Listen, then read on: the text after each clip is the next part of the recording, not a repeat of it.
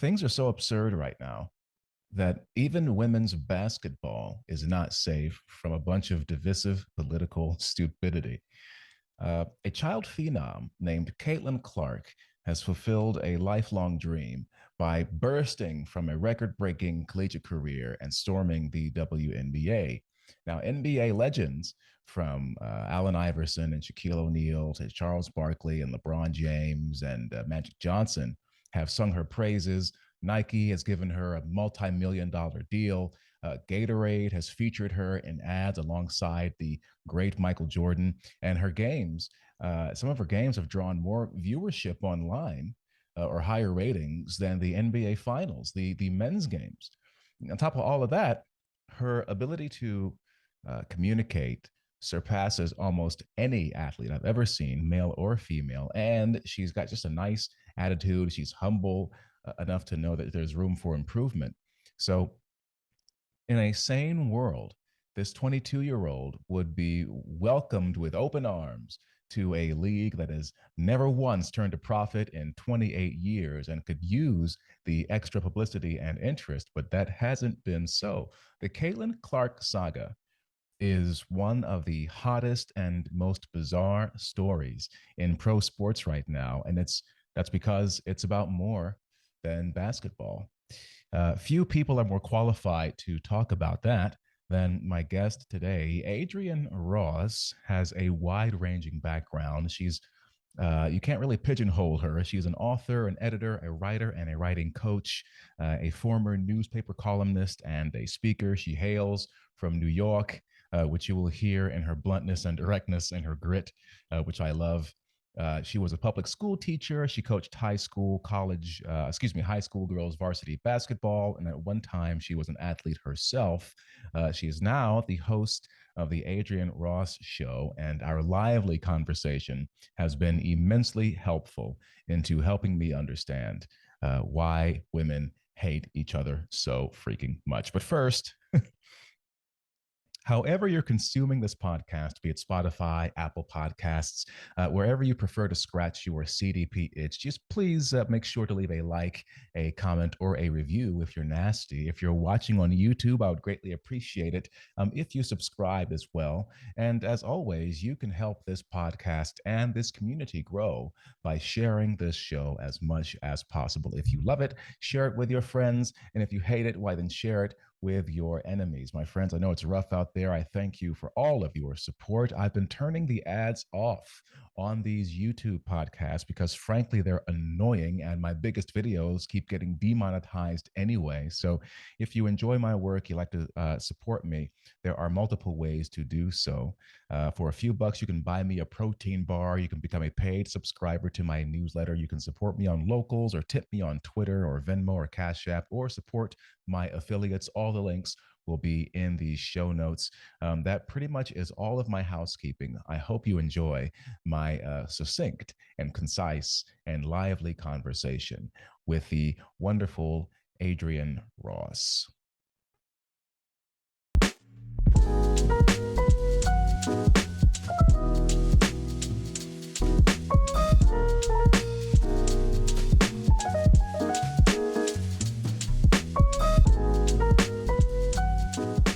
Miss Adrienne Ross, greetings. Wonderful to meet you. Now, I found your video commentary when I was trolling through WNBA YouTube, as which most people I think have not said before in their lives.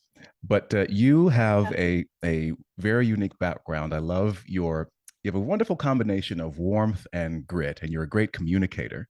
And but you also have a very unique background, given what we're going to talk about. And so, am I lying? Are you you are an athlete, or were an athlete and a coach? Is that am I making that up? No, you're not making that up. It's the athlete days are long gone. Yes, but yes, I also coached girls varsity basketball back in the day as well. You know, I'm a teacher by background, but yeah, coaching is from there. Yeah. Fantastic. And so then my first question for you, what the heck is going on with the WNBA?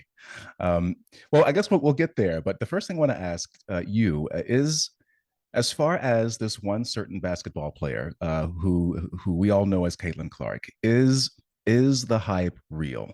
Is it the real deal? I've seen Allen Iverson and LeBron James and Kevin Garnett and all these Hall of Famers really boosting her up. But I don't know if is it a hype job or what's going on? Is it real? You would know better than me. Oh, it's real.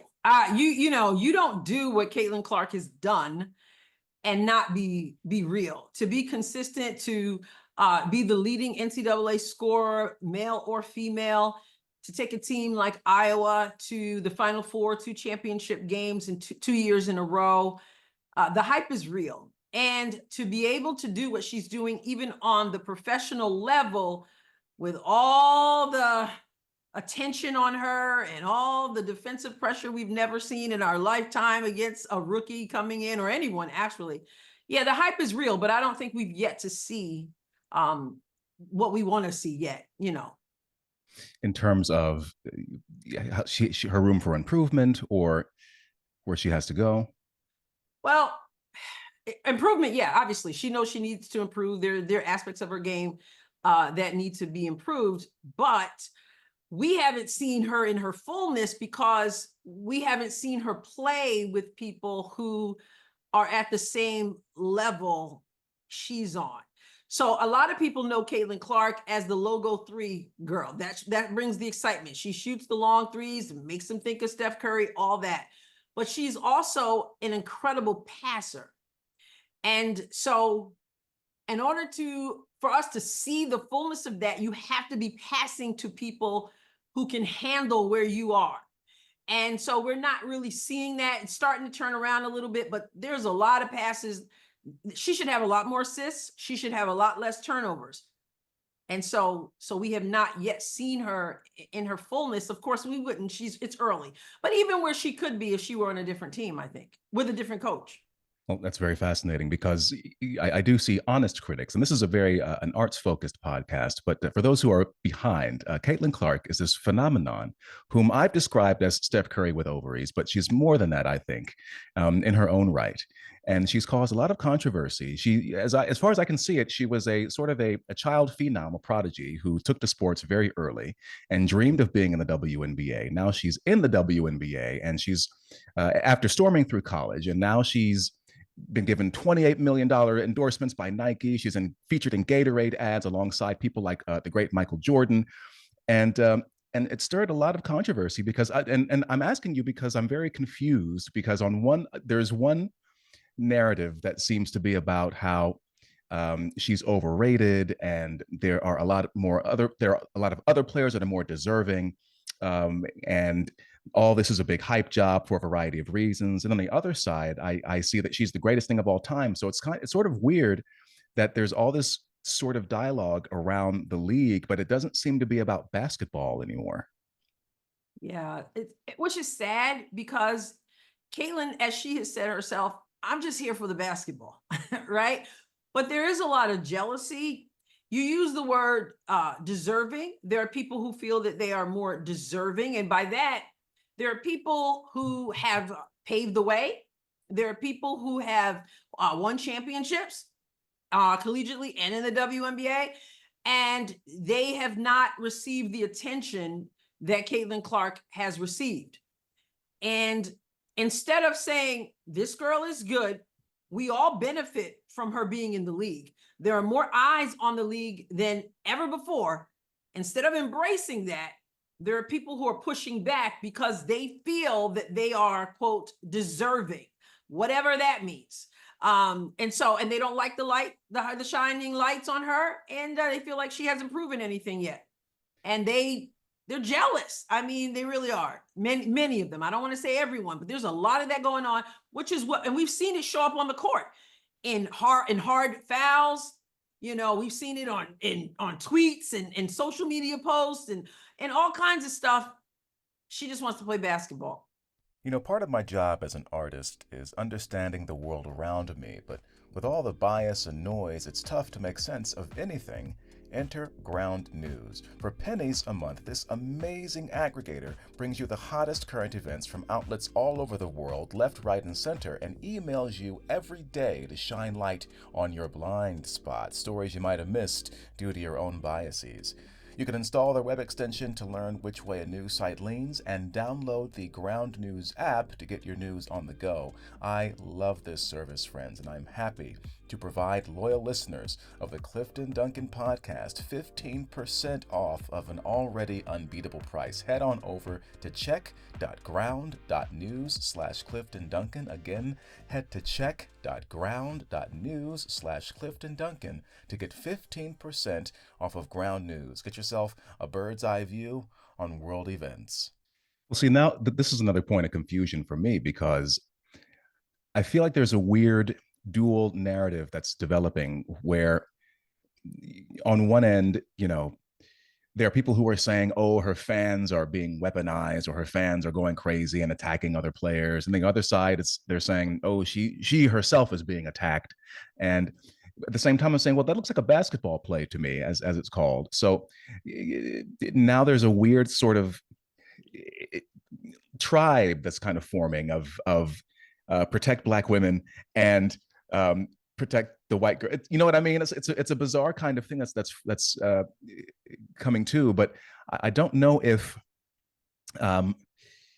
But at the same time, it's like, how much can you really attribute it to jealousy? Is it a woman thing? Is it a man thing? Because it's so confusing to me. But I have no idea. Is that even a PC question to ask? Am I allowed to ask that question? Yeah, you're allowed to ask the question, and I think Charles Barkley hit the nail on the head when he said these women are catty, and they're petty, and they're jealous, and they need to cut it out.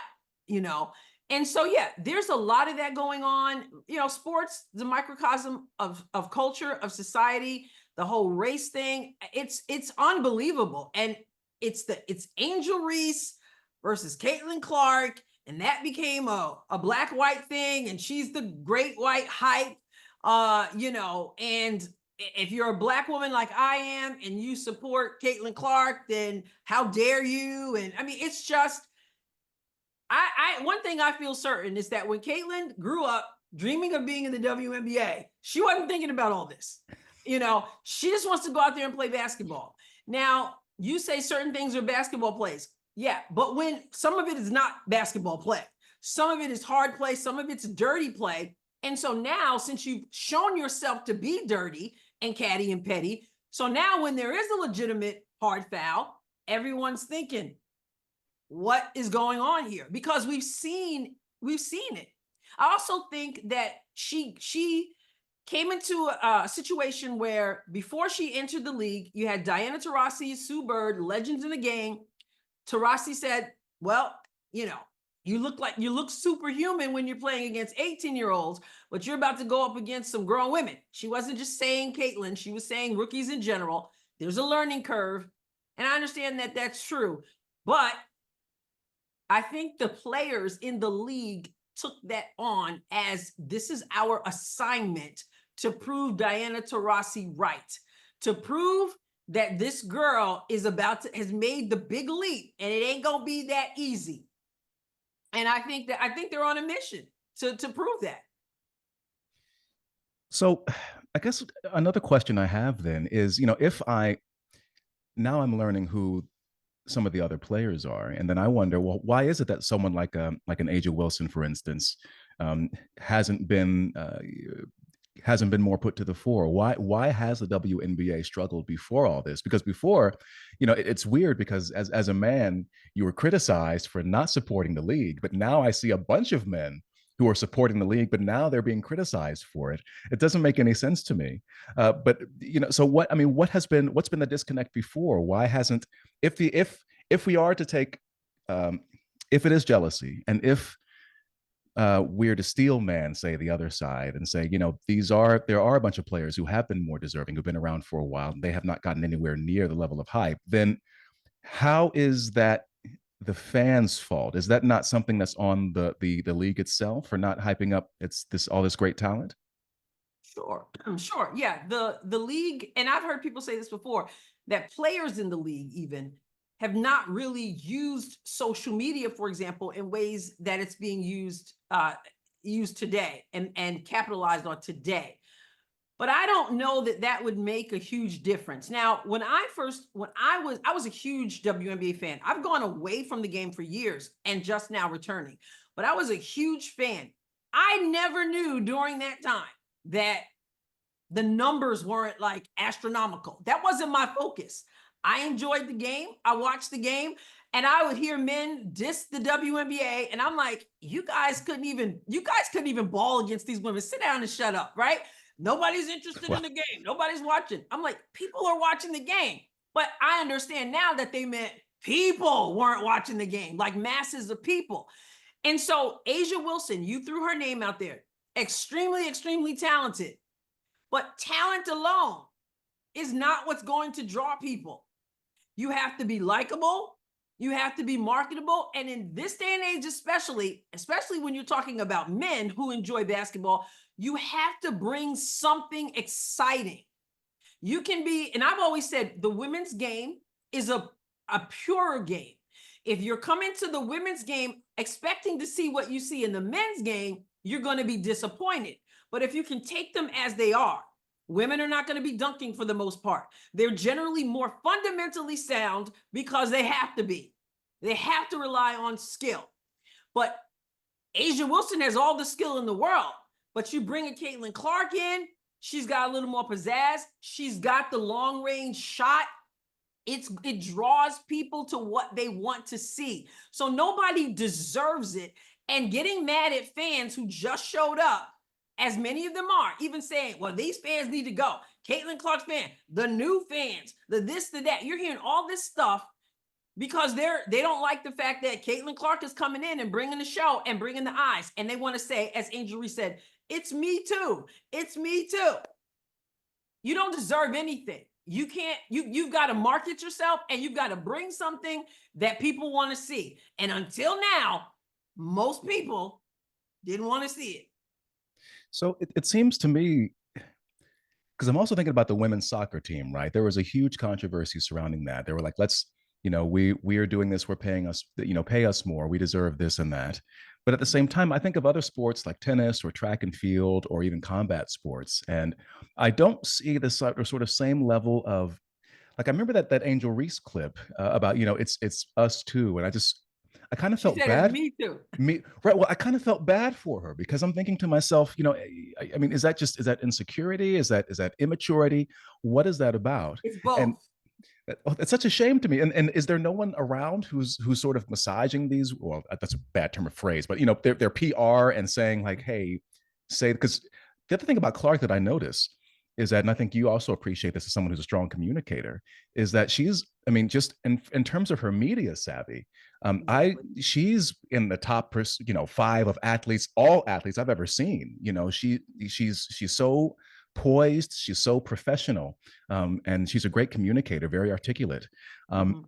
And her background is marketing. That helps too. That's right, that's right. And so I'm thinking to myself, it's so confusing because I see all these men saying, this girl's the real deal, you're leaving money on the table. Why does the league not seem to be able to grasp the sort of golden goose they have right in their palms?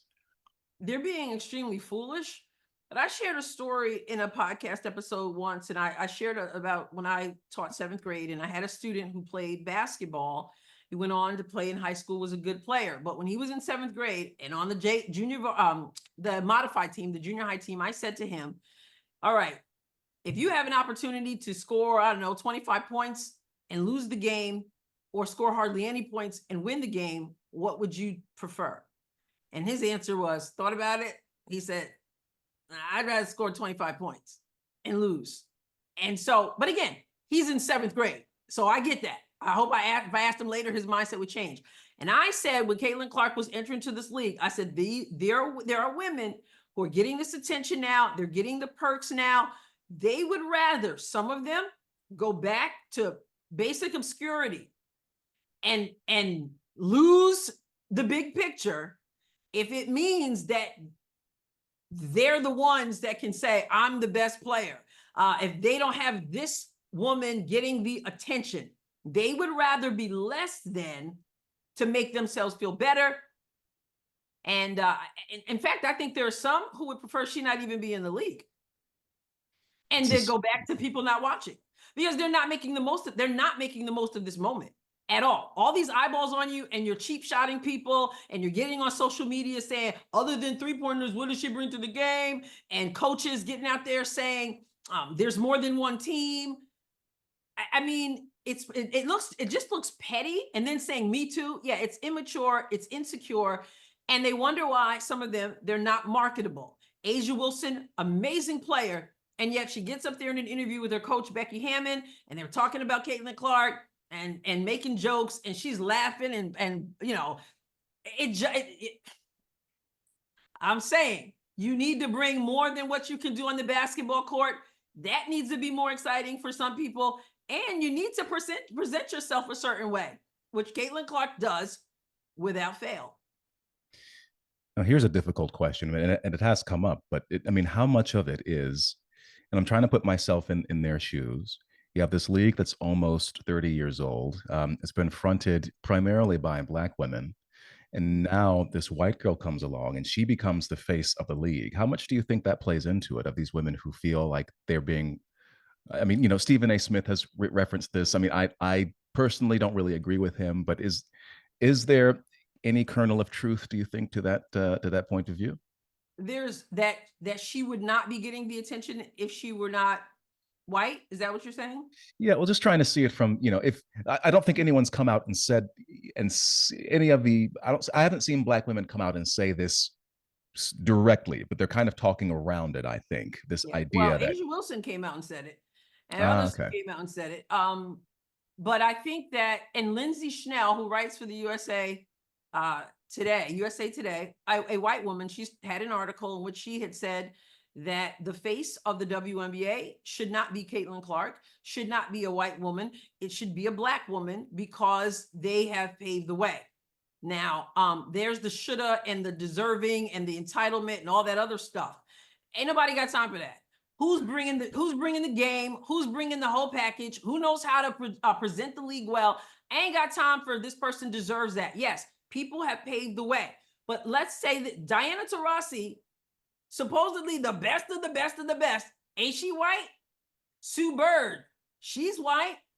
Sabrina Ionescu, she's white. Breonna Stewart, she's white. And they have incredible games, and yet they still have not had the eyeballs on, they have not been able to move the needle. Now, if Caitlin Clark were garbage on the court, then I might have to say, well, let me hear what you got to say. And you're the only white person getting in the league, getting attention, and you're garbage. Then I got to go, well, why is she getting that attention? But she brings the full game and the excitement to the game. So how do you disregard that? Say it's a bunch of hype and it's just because she's white. It doesn't add up. Now, I will say this, and I did an episode called What If Caitlin Clark Were Black? I did that before, during the tournament, right when the tournament was about to start. I do believe that she would receive less hate if she were Black. Because people are saying, who this white girl, this little white girl from Iowa at that, coming up in this league and taking all the attention. I do believe that plays a factor. If she were Black, she would be more accepted by many people, like Lindsay Schnell herself, a white woman who writes an article saying, Caitlin, you need to sit down, let the Black woman. Now, we could have a whole conversation about why she ain't writing about why Black people shouldn't be the face of medicine and a face of engineering and the face, but we should be the face of sports because we paved the way. That's a whole different subject there. I also think that there are certain not Black, only Black, certain conservative men, I said this before, who are generally haters of women's basketball, who do take a look at her closer because she's white.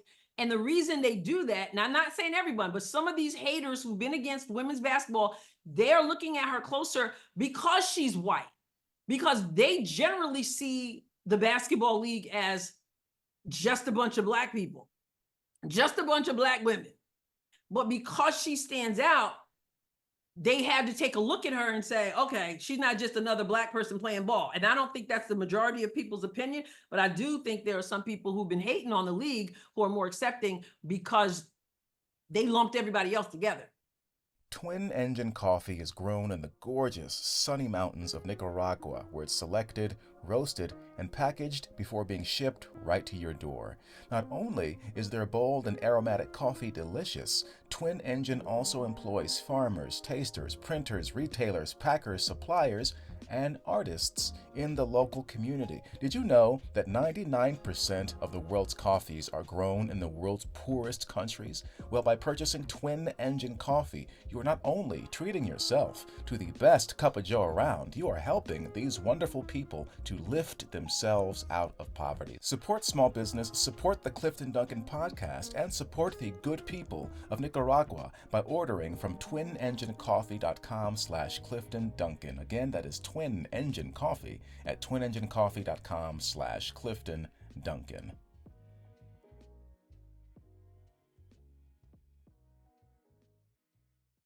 It's very strange because there's a term called the struggle session, which is a holdover from the Maoist Cultural Revolution, and I feel like Caitlin, in a way, is sort of being put through a struggle session because I saw there's a guy who was on MSNBC who tweeted something about I see a narrative forming of people saying that a person of privilege, i.e., Caitlin Clark, and in this sort of worldview, right, her whiteness automatically makes her privileged. They sort of have a duty and an obligation, a moral obligation, he said, to speak up for marginalized groups and everything. And to myself, I think, if you're not paying close attention to this stuff and you don't realize what this language really means, it sounds like they're not necessarily talking about her uplifting or speaking on behalf of these groups. It sounds more like they're trying to make her say the right things to indicate to certain people that she's a part of their tribe and their club. And it seems like the more she refuses to do that and focus on basketball, which is what a smart professional person would do, the more they hate her. It's very strange to watch. Yeah. And they we saw that, I think it was Dejanay Carrington from the Sun, Connecticut Sun. I believe she was the one who didn't like Caitlin's answer when a reporter was asking her about, how you're being used with racism, you're being used for this phobia and that phobia and all this.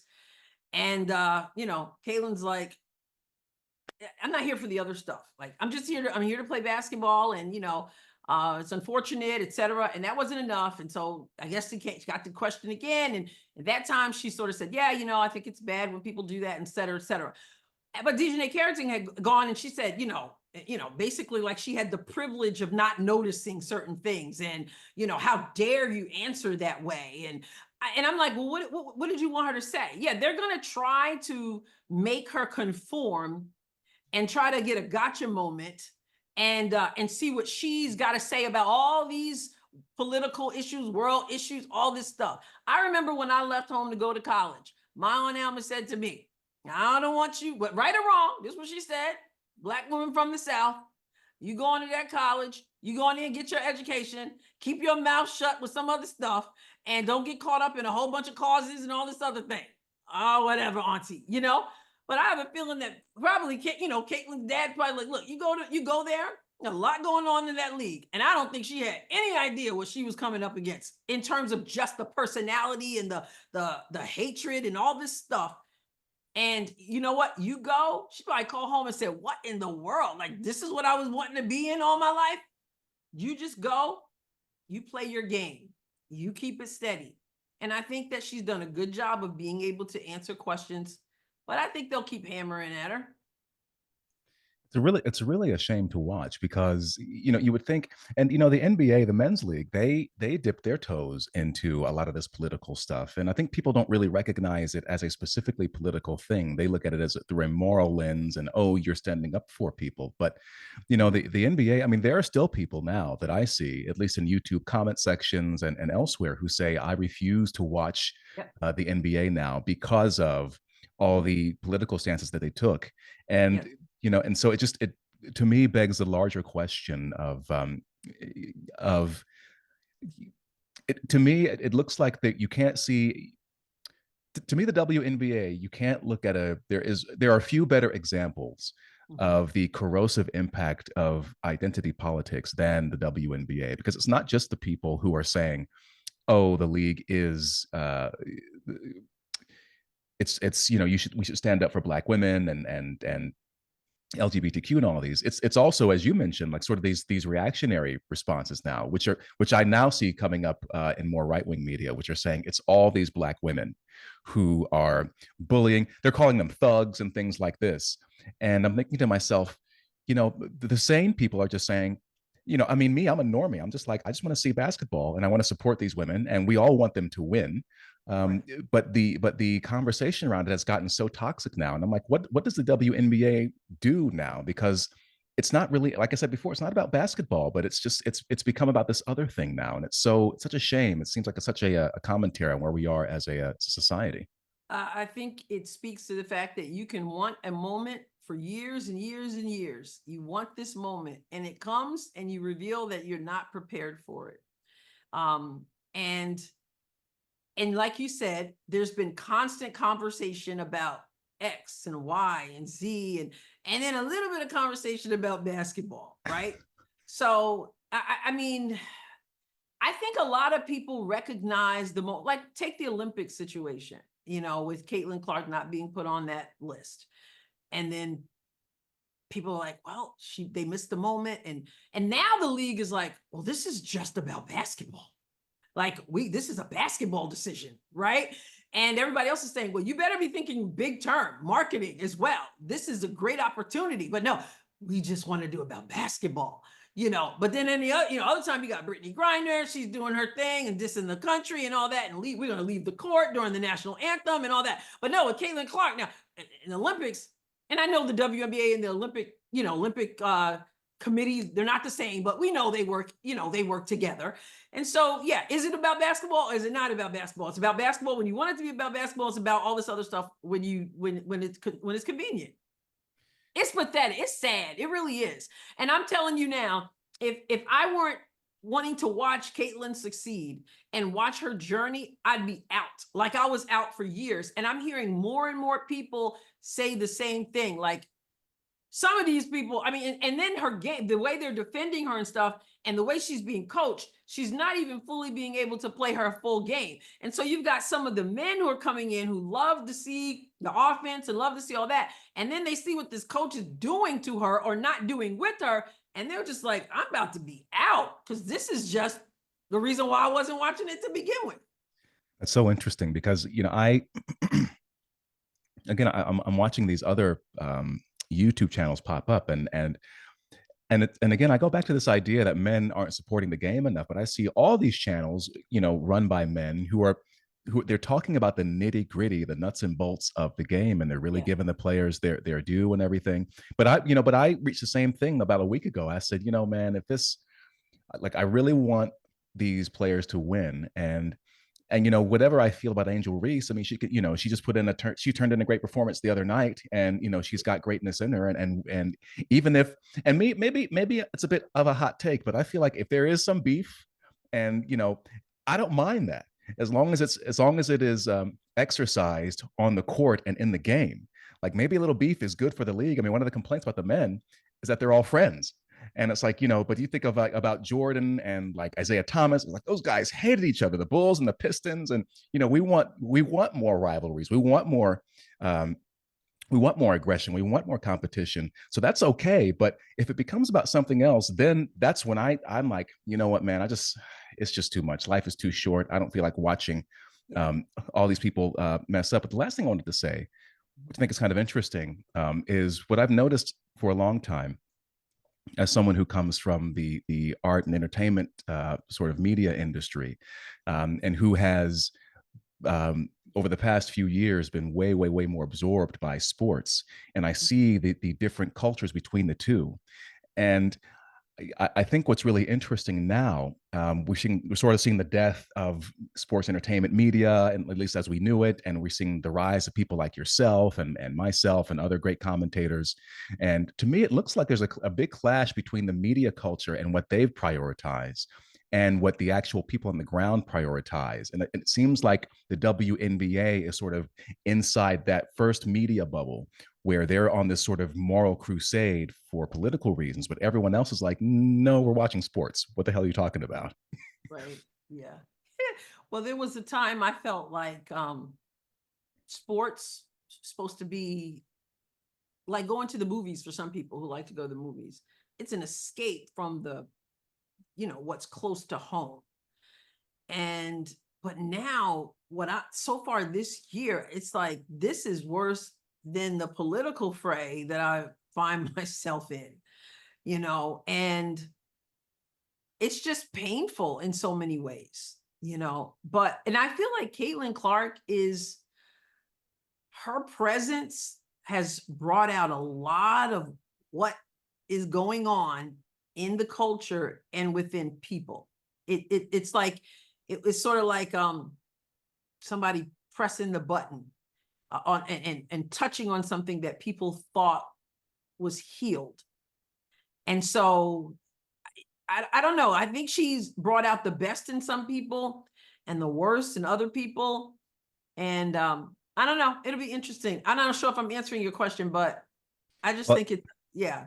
I didn't really ask it. So I kind of left you hanging out to dry there. I didn't really ask a question. I went on a rant, but I guess, you mentioned the term escape, and I find that phrase keeps coming up a lot lately. And, there's also the phrase, the personal is the political. And I've seen just in my sphere, various commentators who try to stay away from politics, but they literally can't avoid it now because it's become so deeply ingrained in so much of our culture. And, you mentioned that it's sort of painful. And I feel like, which is an interesting word because for me, I just find it frustrating and I'm over it all.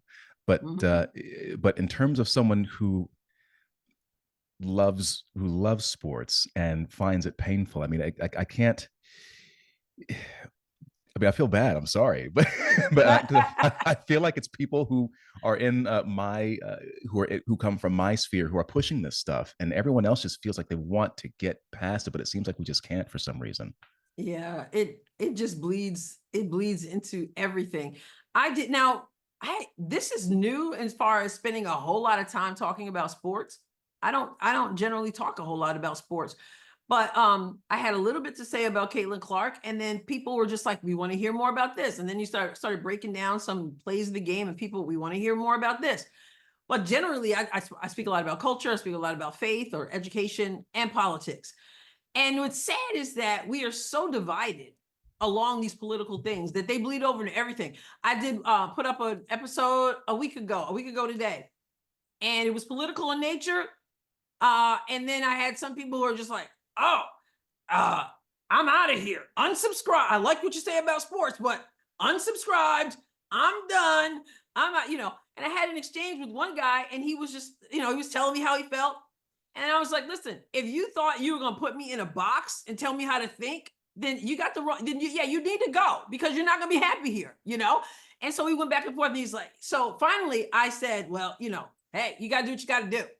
And then something said to me later, go back and put something else. And I went back and I said, listen, I'd love for you to stay. But if you cannot agree to disagree on other stuff and keep it scrolling on other ones, then okay. And then he came back and he said, if it's okay with you, I do want to stay. I don't necessarily agree with that, what you said there, but I'm thinking we've got to be at a place where the political thing and this just disrupts every single thing. What happened to when we could just agree to disagree? I look at certain titles, I'm like, I don't want to read that. I'll catch them next time. What happened to that? We can't escape. It's everywhere. Well, I think part of how we escape is the sort of interactions you just described, which, I tell people all the time, like, don't stop watching the news and get off of social media because those people are crazy. And, and, what I found as someone, I mean, did you find that you were always a bit of an outlier yourself? If you were hanging out in New York and you were like, in your more sports background, were you always sort of the odd person out? I don't really hang out. you know, I'm just I'm just a person who I believe what I believe. I can be vocal about what I believe. I'm a Christian. I love God. That's my worldview. And some people dig it, some people don't. And some conversations I don't have with certain family members or whatever. And we just keep it going. I don't know how to put myself in any box. And that's the thing too with the Adrienne Ross show, because really A to Z, I say Adrienne is on it. I could be talking about, I don't, niche down is what everyone says. It's just not who I am. And I just don't want to be in the box. So right now though, I'm enjoying this because you mentioned the sports background. I always love sports. Like I said, I kind of got away from some things. The NBA is not what it used to be. I was a huge Kobe fan, a huge Jordan fan, all that. Kind of got away from all that. I stopped coaching, but I always loved the game, always a student of the game.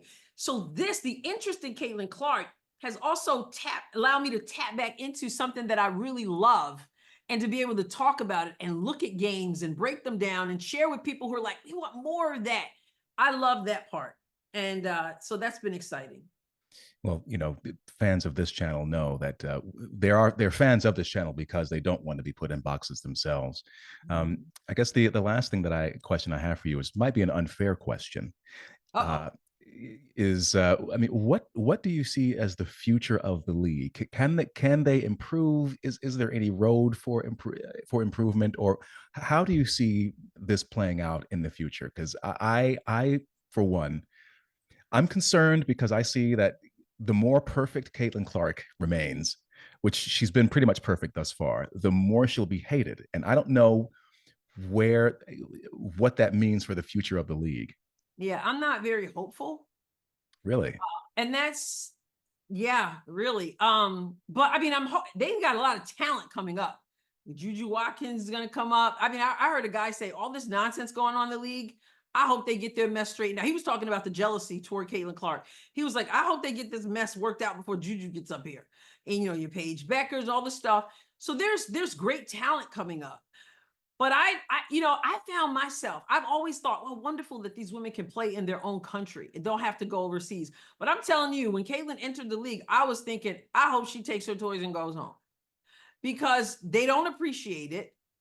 And it's one thing to be like, I want credit. But then this whole, we pride ourselves on the physicality and we're going to do the hazing of the rookie and she's going to get it extra special. It's just, and the gang warfare kind of defense, it's just, and then be proud, that's what we are. It's like people want to see basketball. They don't, I don't know. I don't see, if they don't handle this moment well, because I think if she said, you know what, I'm out of here, a lot of people would be out of there as well. And I think that they will have ruined a moment where they could have grown.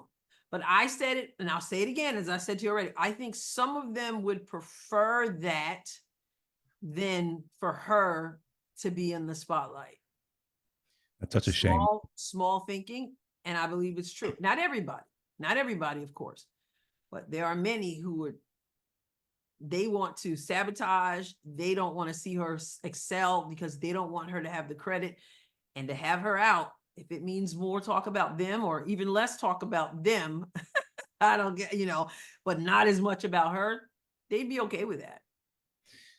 Oh man, I was hoping you'd say, well, they'll get it together. And I hope they do. I hope they do, but I don't have a lot of hope that that's going to happen. Maybe it will, but if I don't know. I don't feel really hopeful about it. And I listen to other comments from other people, and they're ready to go. Yeah, I feel like I have one foot out the door myself. It's a shame because to focus on the positive, there's so much about about what she's doing and the impact that she's had, that is positive, especially as fraught as things are right now. So hopefully, hope can win out in the end. Yeah, And I hope it does. I hope it does. Yeah. Ms. Ross, how can people find and support you if they choose to do so? Okay, well, wonderful. Well, my YouTube channel is just The Adrienne Ross Show. Check out the YouTube, subscribe there as well. And I'm also on the Adrienne Ross Show is on the podcast platforms as well. Not all the basketball stuff is going on the podcast platforms though. And then also I am a writer, and so they can catch me at adrienneross.substack.com, adrienneross.substack.com. And so, yeah, that's the short version. Adrienne Ross, big personality, wonderful communicator, and cannot be put inside of any sort of box. Do not pigeonhole this woman. Support her. Ms. Ross, thank you so much for joining me on the podcast. Thank you so much for having me on the show. Appreciate it.